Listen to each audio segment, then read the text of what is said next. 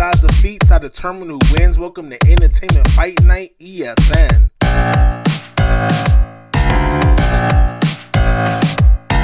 Hello, this is War with Words, and I bring to you EFN, Entertainment Fight Night. Today I present to you Loki, the trickster god and brother of Thor, versus Ares, the god of war and death eventually in the DC universe, and enemy of Wonder Woman.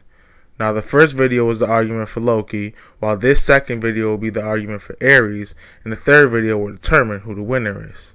Now, let's begin. First, let's show that Ares, or at least a human avatar of Ares, knows every tactic, strategy, and martial art from the beginning of time up till now.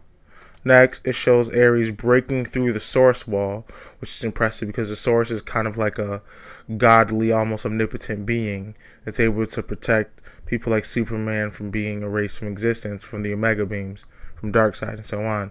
So the source is pretty powerful, and to break through the source wall is very impressive.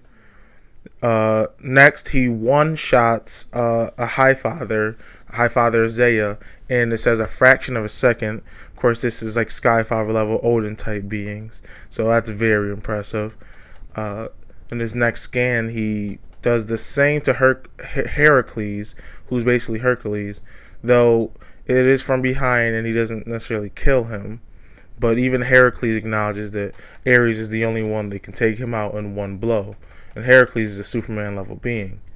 In the next scan, it shows that mortal weapons can't actually harm him, and here it shows that Medusa's stare doesn't even affect him when they look pretty much dead in the eyes. So some magic doesn't affect him either. Here he shows some matter manipulation when he manipulates a cavern's matter and pulls Wonder Girl in through a mirror, it seems like. And then, of course, he easily teleports her away and she appears somewhere in the middle of nowhere. Next, it shows that he can empower Cassie, who is Wonder Girl. He can empower other people, much like Loki. And here he shows he can control soldiers and make them attack Wonder Woman, just more of his warlike abilities.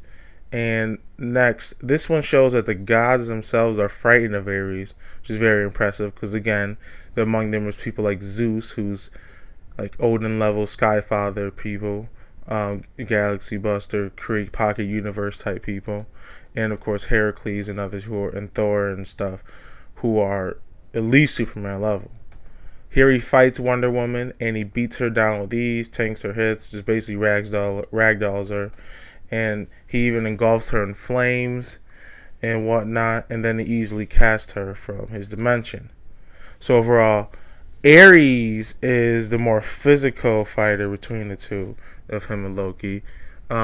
Certainly type the, obviously since he's the god of war, to go hand to hand, face to face. And he has some teleporting and empowering and different manipulation abilities as well. So Loki might not get that might not affect the battle as much as Loki would want it to, since Ares can counter it.